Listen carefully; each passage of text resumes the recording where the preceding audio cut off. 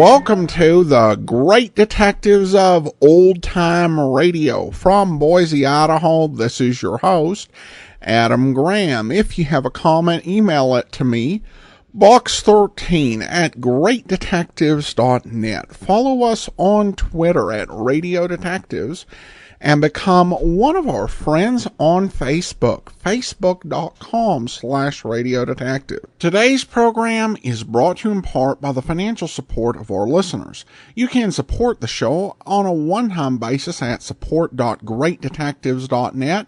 And thank you so much to Ed for doing just that. Thank you so much for your support, Ed.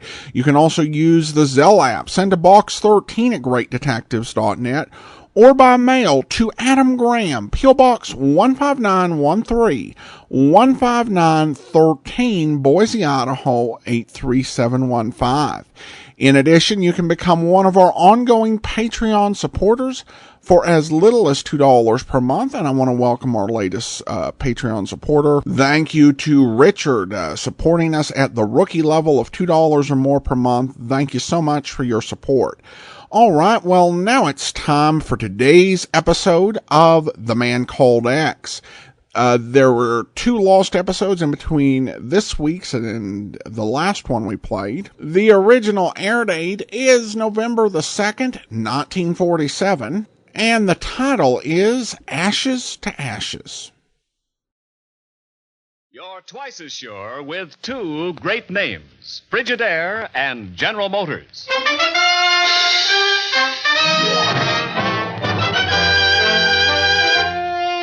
Frigidaire presents Herbert Marshall as the Man Called X.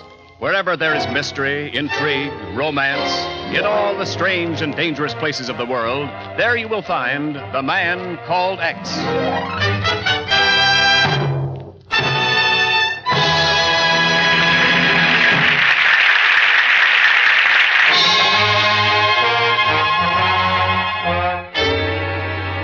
And now, Frigidaire presents Herbert Marshall as Ken Thurston, the Man Called X.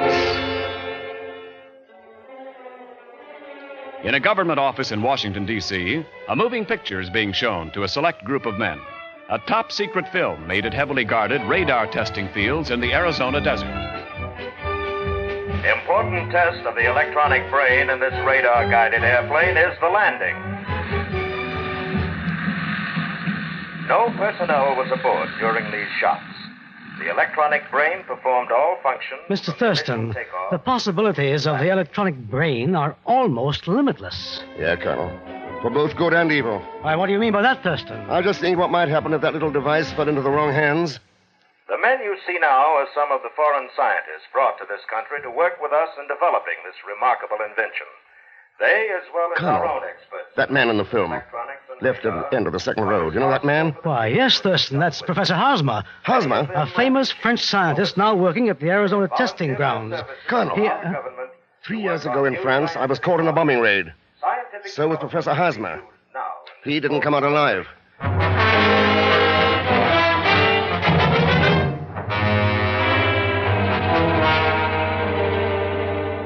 Well, of course Hosmer's alive, Ken. And his papers, when he came over here, were in perfect order.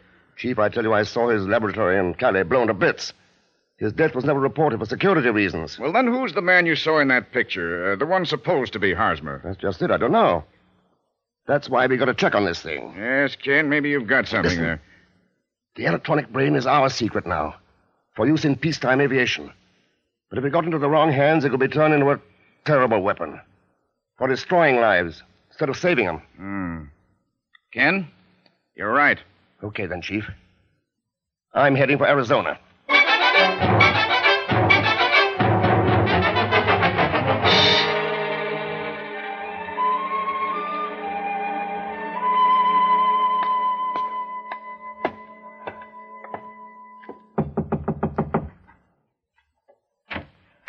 Yes? Well, What is it you want, please? they tell me Professor Hosmer lives here. I'd like to see him. Who are you? My name's Ken Thurston. Ken Fit. Come in, please. Oh, thanks. Well, looks like you're doing some packing. Photographic gear, doesn't it? That's right, Mr. Thurston. Oh, pretty valuable stuff, too. That infrared equipment, for instance. Mr. Thurston, Perhaps you'd care to state your business here? It's with Professor Hosmer. Maybe I better tell him. He's not around right now. I'm Jean Alexander, his secretary. I'm sure I can handle it for him. Oh, I don't mind waiting. I'll stick around till he gets back. You'll have a long wait, Mr. Thurston. Professor Hosmer died last night.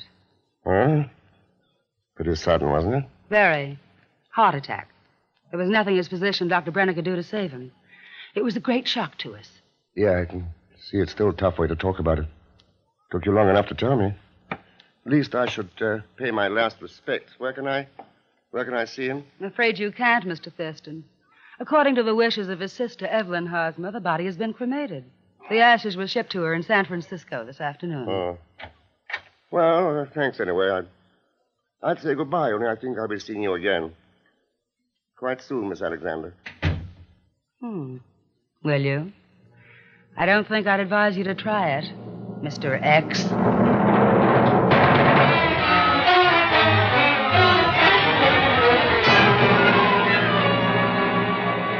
Attention, please. Flight 7 for San Francisco, now loading at ramp 3. Flight 7, now loading at ramp 3. Mr. Thurston, wait for me. Well, what the... Don't go, wait. Oh, no. Hello, Mr. Thurston. Hey, Gonzalschmidt, what are you doing in Phoenix? What a question. I'm here to stop you from taking that airplane to San Francisco. What else? What? Mr. X, it's positively official. The chief sent me. That yarn's wearing thin, Pagon. Better get another. But the chief did send me, Mr. Thurston. He learned that some professor kicked the bucket, so you didn't have to go hunting for him no more. And won't you back in New York? Well, you'll have to wait a while, Pagon. I've got to help the poor bereaved sister, Professor Hosmer, bear up under her sorrow when she receives his ashes. Huh? The chief won't take that for an excuse. Oh, I think he will, Pagon, when he remembers that electronic brain and the fact that our files show Hosmer hasn't got a sister.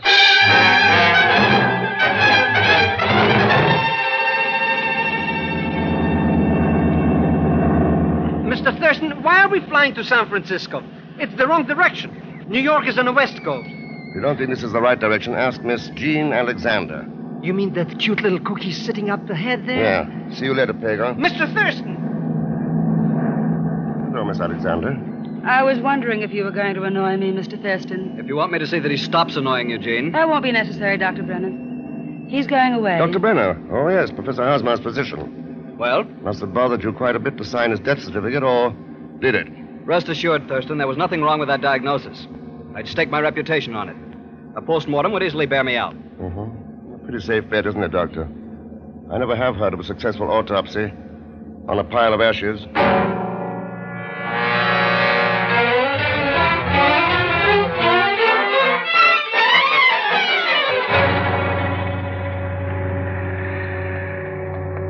Now, Pagon, you stay here while I go to see Evelyn Hosmer. If Dr. Brenner drives up and starts shooting, just holler, and I mean holler. Don't you worry about the thing, Mr. Thurston.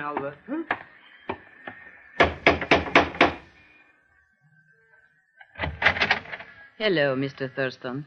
Oh, you know me? But of course, I have been expecting you. Come in, won't you? I never refuse a lady's invitation when it's backed up by a cold automatic. You are very sensible, Mr. Thurston. The living room is that way. You will go first, please. I see your brother got here all right, Miss Hosmer. You are referring to the urn containing his ashes, no doubt. It arrived quite safely. Oh, so did that projection machine. For picture slides, isn't it? Part of my dear brother's photographic equipment. What's it doing here? You do not have to answer that, my dear. Hello. When did you come in? A moment ago, my dear Thurston, but before we continue this conversation, you have seen my gun, no doubt. Lest you are tempted to indulge in foolish heroics, please turn your back to me. Why not? Thank you, Mr. X. What are you doing here? Who are you? My dear Evelyn, that's nothing for you to be alarmed about. I'm your dear dead brother, Professor Hosmer. Brother? I've merely dropped in to collect my ashes.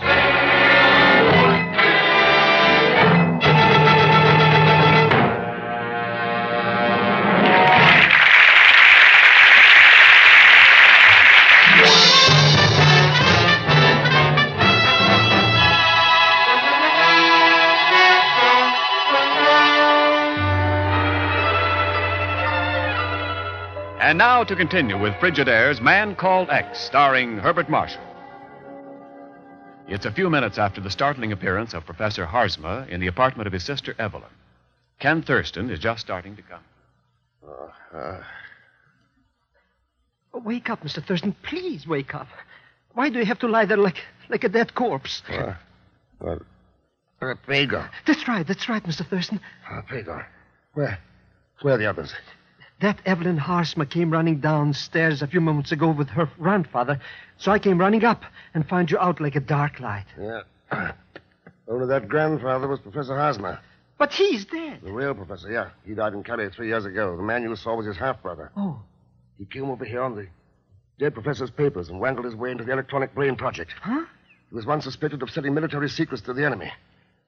Could be he's still at it. Oh, corpses, half-brothers, electrical brains. Mr. Thurston. Look there. See the metal tag on that projection machine? Tag? Oh.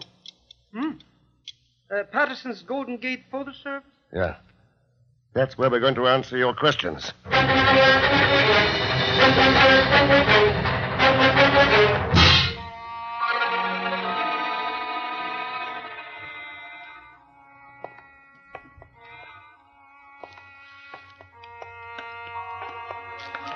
Mr. Thurston, there's no lights in the picture shop. Nobody home. Patterson's delivery truck parked out there. So he's probably around somewhere. Try this back door. Come on. It's dark like the inside of coal here. This flashlight will help. Look at this place. What a mess. Cameras. Hey! Mr. Thurston. Pagan, that's Evelyn Harzma. Oh. But who did it? And why was she killed here? Maybe that projector will tell us. Looks like she was operating when she was shot. Still a transparency in the film holder. Let's see. Look. There's a picture on the screen. It's that luscious little lady who was on the plane with us. Yeah, so it is. And look at that lovely bathing suit she's wearing. Mr. Thurston, did you have to turn off this light so soon? Let's switch on another one, Pagan. This one. Huh? What's that? An infrared tube attached to this projector. And I have an idea. Let's see. Double feature's no good, Mr. X. This one's got nothing but squares and lines in it with funny figures. That's an infrared photo of a blueprint, Pagan. A blueprint of part of the design of the electronic brain. It is? Yeah. Pasted between two identical ordinary transparencies. Takes infrared light to show it up. Imagine that. Harzma made infrared photos of all the plans, then cooked up a fake death to clear himself of any suspicion. And the urn contained negatives instead of ashes. A perfect way to ship him safely. Wasn't so safe for that Sister Evelyn. She wasn't his sister.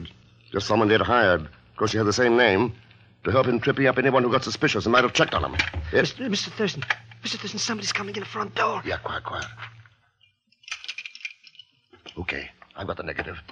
Now to the back door fast. Shh. Oh,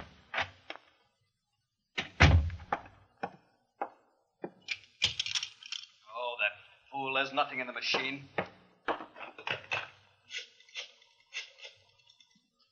Hello, this is Brenner. I'm at the shop. There's no negative in that projection machine. All right, I'll look around. We haven't any time to waste. I'll drive the truck over as soon as I make a final check. Okay, Pagan, I've heard enough. Let's go. Yes, all right. Pagan, I'm going to get into the back of the Patterson Company's truck. There's a chance I'll be hitchhiking a ride to where Harzma is and the plans. What am I supposed to do? Call the chief. Tell him to send out a coast-wide arrest order for Harzma and Brenner on a charge of espionage. Now, beat it. Okay, Mr. Thurston, you can depend on it. Yeah.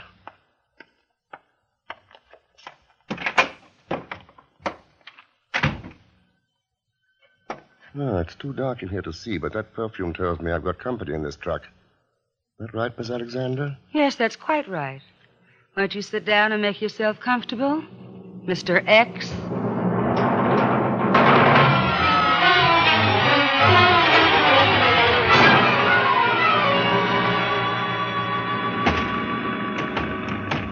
Go on, Jean. Can Professor Harzma plan this fourth step to protect himself from enemies? Foreign agents who'd known him overseas. They were after him because of his knowledge of the electronic plane mechanism. And I think Dr. Brenner is one of those enemies. That's why you followed into the photo shop and hid in this truck? Yes, I've got to find out the truth. For Professor Harzma's sake. What about me? How do you think I fit into the picture? I'm not sure, but as long as we're both trailing Dr. Brenner, I'm willing to work with you. After that, Wait a minute. I think he's stopping at last. Yeah.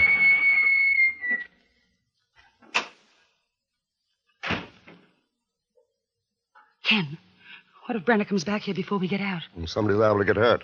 We'll know in a minute. Looks like he's gone. Come on, G. Fog out here. It's so thick you can't see 5 feet away. Where could we be? An hour out of San Francisco. All this fog, surf, and the smell of pines. We could be somewhere near Half Moon Bay. Quite right, Thurston. Professor Hosmer. We are at Half Moon Bay.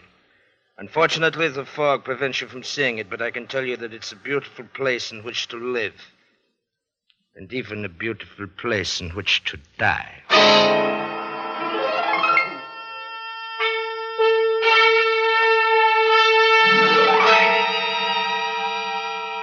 Have you had any luck with those ropes, Ken? Not yet.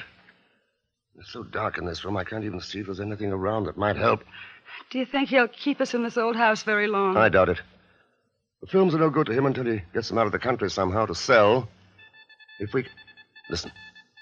What's that? Shortwave radio set in the next room. Now listen. Do you know what it means, Ken? Yes, listen. Yeah. Rendezvous. South American freighter. Down the coast. At a place they're calling CR. CR? Yeah. He signed off. And he's made his contact. He won't need us anymore. Looks like it. Our only chance is to get out of these ropes before we... Ken, who is it? Easy, Gene, easy. Mr. Thurston. Pagan! Mr. Thurston, then you are here. How'd you... Oh, never mind. Save it for later. Get out your knife. Cut these ropes. It's as good as done. You realize, of course, Mr. Thurston, I couldn't leave you on the perch that way. So I followed you. Believe me, that taxi cost a fortune. There. Good. Now cut Gene's. Ah, the cute cook in a bathing suit. A pleasure. What did the chief say when you called him? When I called who? So you didn't call him. I might have known. But, Mr. Thurston, that Dr. Brenner was driving the truck right away. You wouldn't want me to desert my... Ken! Come on. They came for the next room. Stay behind me, Gene. Well. Professor Hosmer. Dead. Yeah. Brenner didn't miss. Brenner? Sure. Hear that car? He's beating it. Come on, Pagan. We're going after him. Sure. My taxi. But, Ken, with all that fog out there, how can you tell where he's going? That's not too tough, Gene. He's going to meet a South American freighter at a rendezvous called CR.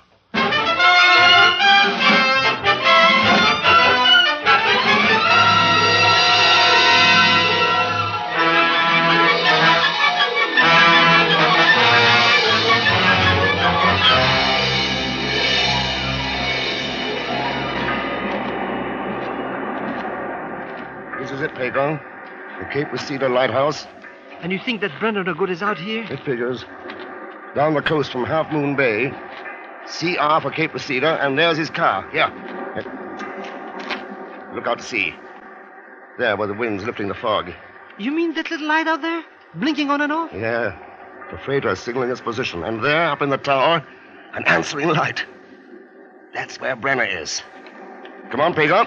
But, Mr. Thurston, we haven't got any guns. And he likes to shoot people. Why don't we go back to Half Moon Bay and join that lovely gentleman? Quiet. We're going into this lighthouse.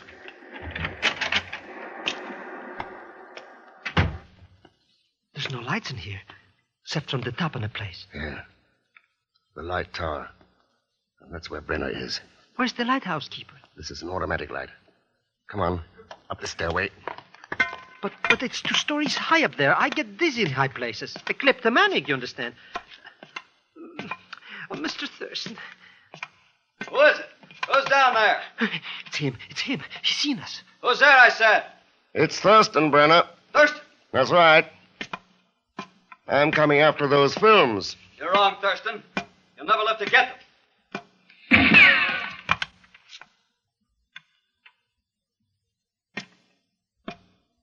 You're a fool, Thurston. You can't climb those stairs and live. All right, you asked for it.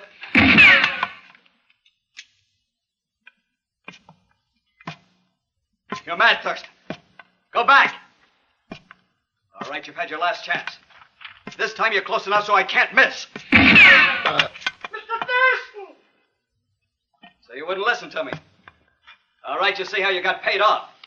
You were a sucker, Thurston. You... Oh. No, you can't. That bullet struck home. I know it did. Thurston! 3 shots at Hosmer, 3 at me. Count 'em, Brenner. That gun of yours is empty. All right. Now let's have those films. No. No, I've got an ace up my sleeve. The sea ladder out on the light walk. Come back here, Brenner. You'll never make it down the ladder in that wind.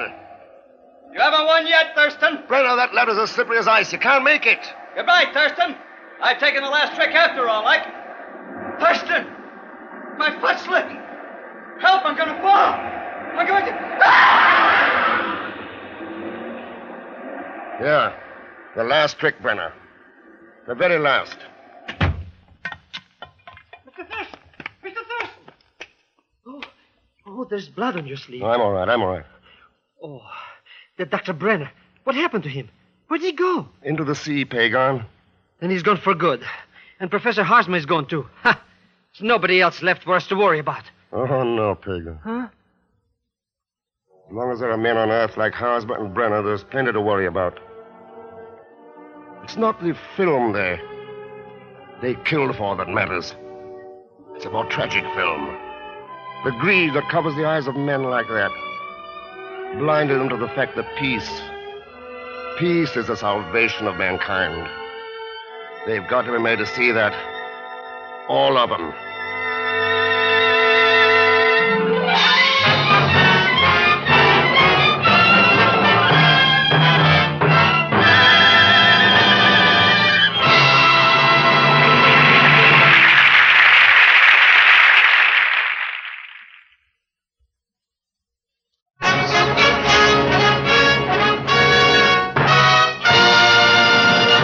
Frigidaire star, Herbert Marshall. Thanks for being with us. Next week, our story is called Written in the Sands. It's packed full of excitement and mystery, and I think you'll like it. As usual, Leon Belasco will be along as Pagon Zellschmidt. So join us, won't you, when next I return, without a cold, as the man called X. Good night.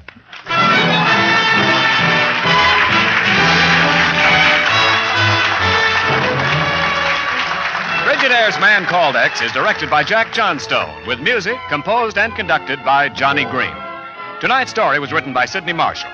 And so, until next week, same time, same station, this is Ken Niles speaking for Frigidaire, made only by General Motors. All characters and incidents used on this program are fictitious, and any resemblance to actual persons or incidents is purely coincidental.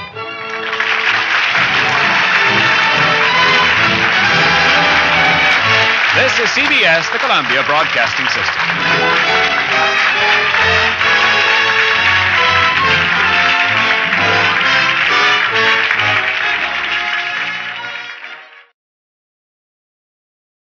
Welcome back.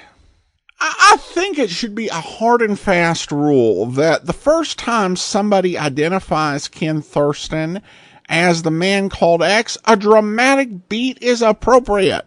After that, it's kind of overkill. Because people calling him Mr. X for emphasis without any reason, that kind of gets a little old. The ending was interesting, and I think I remember it. I heard a similar ending on Dangerous Assignment. I don't remember the exact episode, and we'll have to check for sure when we get into Dangerous Assignment in a couple of years. Though it does seem like script reuse between Man Called X and Dangerous Assignment would be pretty easy since they are very similar shows. At this point, Pagon should know better than to tell the Man Called X that something is finished or done with. Because that does tend to lead into a speech. But I think it is with a good reason. Particularly after World War II, there was a big feeling in culture about the need to be vigilant. After World War II, all the sacrifices, the loss of life, the loss of liberty in so many portions of the world, Edmund Burke's idea that the price of liberty is eternal vigilance That, I think, really was a watchword after World War II. The idea that you can't just assume that you're going to be safe from evil. It's going to require a constant battle. And the man called X really embodies that. He knows that he managed to prevent one plane part from falling into the wrong hands. Won the day, but tomorrow, as they say, is another day. I also find these episodes interesting as you kind of get the idea of some of the technologies that they were concerned with or fascinated by, and you can kind of compare to some of our modern technology when you think about things like the drones that probably would have just been considered science fiction during this time. Now, I do want to go ahead and thank our Patreon supporter of the day. Thank you to Stephanie. Stephanie has been one of our Patreon supporters since March, currently supporting us at the Shamus level of $4 or more per month. Thank you so much for your support. Well, that will actually do it for today. Join us back here tomorrow for Mystery is My Hobby, and then next Wednesday we'll be back with another episode of The Man Called X, and next Saturday we'll be bringing you a previously uncirculated episode of Police Blotter, so you won't want to miss it. In the meantime, send your comments to box13 at greatdetectives.net. Follow us on Twitter at Radio Detectives, and become one of our friends on Facebook, facebook.com/Radio Detectives. From Boise, Idaho, this is your host, Adam Graham, signing off.